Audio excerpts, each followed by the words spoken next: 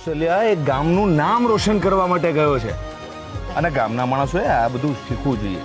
નવી નવી રીતભાત, નવી નવી વસ્તુઓ. હા, આ શું ક્યારની રુદ્ર રુદ્ર રુદ્ર કર્યા કરે છે? તું રુદ્રને ઓળખતી જ નથી, જાણતી જ નથી એને. હું બધું જાણું છું, તમે રહેવા દો. આ હું ભણેલી નથી એટલે મને કઈ ભાન નથી પડતી ને, એવું ન હોય. એ પદ્માડી, સારું થયું તું આવી ગઈ. સાંભળ ને, ઓલી બાજુવાળી સુમતિ કાકીને ત્યાં જઈને જરાક બોલાવી આવતો છો. ભાભી, હું સવારમાં જ જઈ આવી છું અને ખીર બનાવવાનું કઈ આવી છું. હો, અરે નકરી ખીર બનાવવા નહોતું કહેવાનું ખાલી. તઈ કઈ એટલે આટલું બધું તો બોલી હમણાં હું.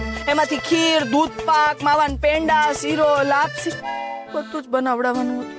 આ તો મારી તબિયત ઠીક નથી, નકર મેં જ બનાવીને બધું મોકલાવી દીધું હોત. એટલે ઓલી પાસે બનાવડાવું છું અને એ પાછું બનાવીને મોટા થેલા ભરી ઠાવ ઠાવ કરીને આપણે સુરત પહોંચતું કરવાનું છે. ભાભી, તમે ખરા છો. હો, કેમ ભાભી, આ રુદ્ર ગયો ઈ ટાણે તમે ડબ્બા ભરી ભરીને લાડુ ને મીઠાઈઓ ને બધું મોકલું તું ખરું. તે ડબ્બા આવડા નહોતા, આવડી આવડી બરણીઓ હતી. હાવ એ તો કેદું ની પતી ગઈ હોય. દી કેટલા થયા, કેટલા દી ટકે ઈ બધું. હે, આપણે પાછા દત્તુન ખોરાક હારો ને, નજર ન લાગે બિચારાને. વળી પાછી ખબર છું, મેં એવું સાંભળ્યું છે કે સુરતમાં હોટલ હોય, બધું મળે. કઈ હું માંડ માંડ લઈને આવી છું તમારી લાડકીને રસોડામાં. માંડ માંડ લઈને આવી છે એટલે શું? હ, અરે એના લગ્ન થવાના છે, રસોઈ બનાવતા શીખવું પડશે કે નહીં? બાકી હરી ઈચ્છા બળવાન.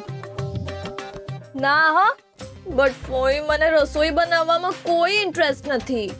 તને ભલે ઇન્ટરેસ્ટ ન હોય, પણ તારી સાસુને બહુ ઇન્ટરેસ્ટ છે જાણવામાં કે એની નવી વહુને રસોઈ બનાવતા આવડે છે કે નહીં. એટલે એટલે એમ કે તારી સાસુનો આજે ફોન આવ્યો તો મને પૂછતા હતા કે અનુશ્રીને રસોઈ બનાવતા તો આવડે છે ને. તો તમે શું કીધું? હવે મારે તો હા જ પાડવી પડે ને. અરે તો તમે જૂઠું બોલ્યા. પણ મને તો રસોઈ બનાવતા આવડતી જ નથી. એટલે જ તો તને બોલાવી છે કે થોડું ઘણું શીખવાડી દઈએ. આ તો થવાનું જ હતું. મને એક વાત કહો કે આમ તાત્કાલિક શું શીખવું?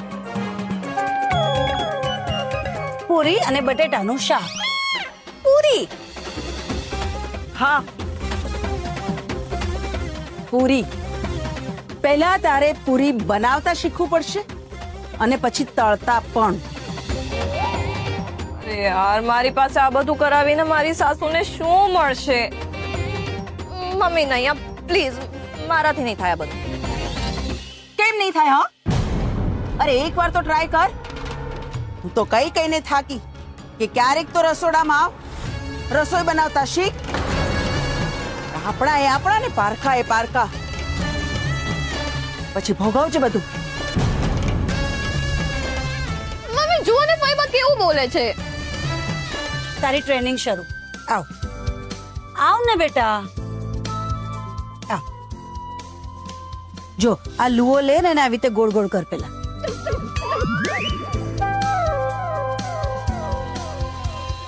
નહીં મમ્મી, પ્લીઝ રહેવા દો, મને નહીં ફાવે.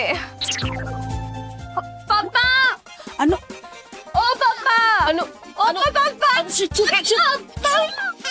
ચૂપ, એકદમ ચૂપ. છાની મની પૂરી વણ. અને આ શું કાઈ પણ કહીએ એટલે પપ્પા પપ્પા પપ્પા. તારું એક પણ નાટક આજે નથી ચાલવાનું. હો, ચાલ. અનુરાધા, આજે એને મારવી પડે ને તો માર, પણ એને પૂરી વણતા શીખવાડ, નહીં તો સાસરીમાં આપણું નાક કાપશે. છાની મની વણ. અરે વાહ, શું વાત છે! કુકિંગ શીખવાની શરૂઆત કરી દીધી એમ ને? બહુ સરસ. હવે તારી પાસે 24 કલાક છે. આ 24 કલાકમાં પૂરી વણતા અને બટેટાનું શાક બનાવતા શીખી જા. મમ્મી, મારાથી આ રસોઈ બસોઈનું કામ નહીં થાય. હું અહીંયાથી જાઉં છું. અનુશ્રી, મારી વાત સાંભળ. જો તારી સાસુની બહુ જ ઈચ્છા છે કે એકવાર તારા હાથે બનાવેલું બટેટાનું શાક અને પૂરી ખાય. ટ્રાય તો કરી જો, બહુ જ ઈઝી છે. ચાલ. ના, મારાથી નહીં થાય. ચૂપ.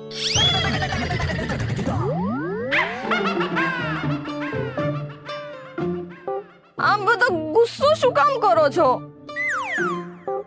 ઠીક છે, હું ટ્રાય કરું છું.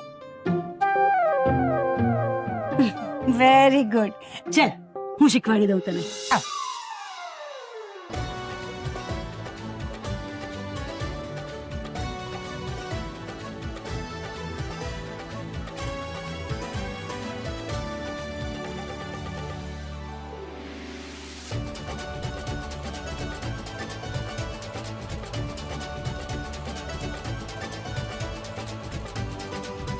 આવી ગોળ પૂરી બનાવવાની છે. હમ?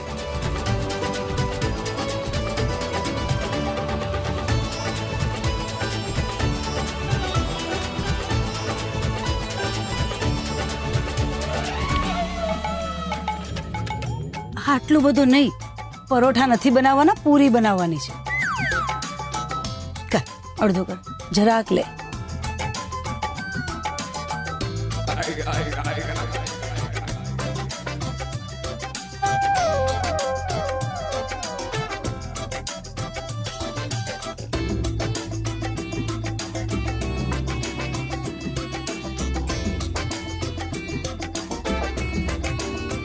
મમ્મી આ જો તે મને ચેલેન્જ કરી હતી ને કે હું પૂરી નહીં બનાવી શકું. તો જોકર, હવે તું જો કે હું તારી સાથે શું કરું છું. અનુશ્રી, અનુશ્રી,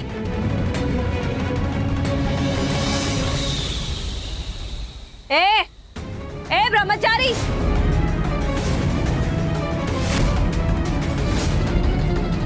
ઓય તને કહું છું,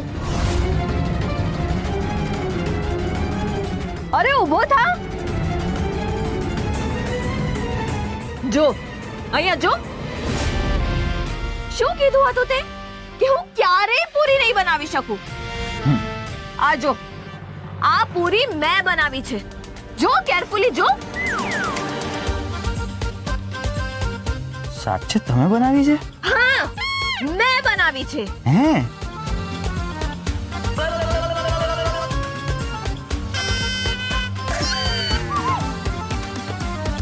અરે અનુશ્રી, નહીં. અનુશ્રી નહીં. અરે રે નો અનુશ્રી.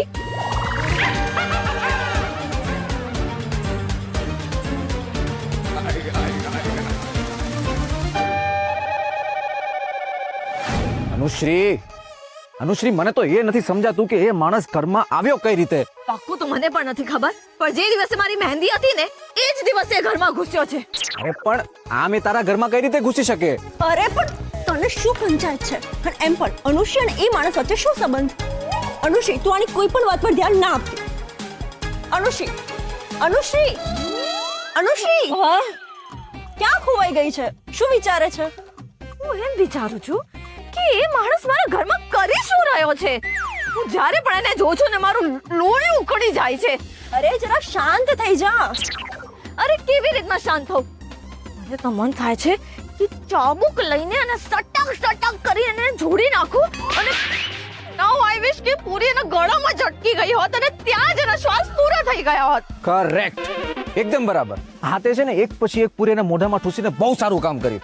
હા, તો બહુ બુદ્ધિ વગરનો. એને તો છે ને ચોપિંગ બોર્ડ પર રાખીને એના નાના નાના ટુકડા કરી નાખો છે. જે છે શું પોતાના મનમાં એવડું હે?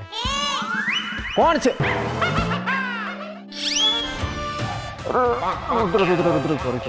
સોરી મારા ભાઈ, મને માફ કરી દે. અરે મને ખબર છે તું બોડી બિલ્ડર છે, પણ એનો મતલબ એવો નથી તો તું મને ગમે ત્યારે હવામાં લટકાડી છે. અરે અનુશ્રી, તું કંઈક બોલ ને, કંઈક કે ને એને તું.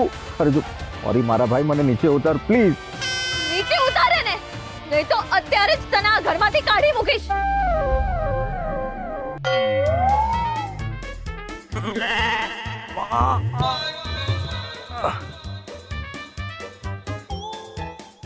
સંભાળીને બોલજો, નહીંતર તમને પણ આની જેમ હવામાં લટકાવી દઈશ. મને હવામાં લટકાડીશ? કામડિયા, અનએજ્યુકેટેડ, ફૂલ ડોબા જેવા બુદ્ધિ વગરના. તો તમારી શહેરની જંગલી બિલાડી. જંગલી બિલાડી? તારી આટલી હિંમત કે તે મને બિલાડી કહ્યું? તારી તો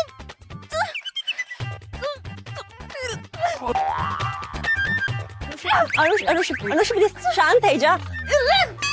અનુશ્રી, અનુશ્રી, શાંત. અનુશ્રી, હે, શાંત. મને તો પૂરો વિશ્વાસ છે કે એ પૂરી તમે નહોતી બનાવી. ચેલેન્જ હારી ગયા. જોયું એ શું બોલ્યો?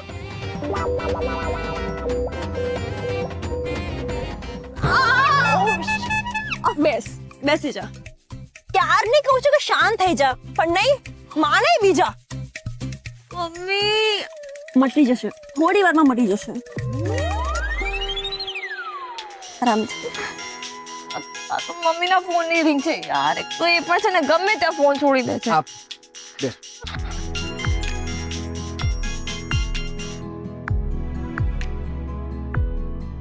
હેલો, હલો માર દત્તુ છે. તમે કોણ? હું એન માડી. અચ્છા, તો તમે જ છો જેણે નંગને જન્મ આપ્યો છે. શું?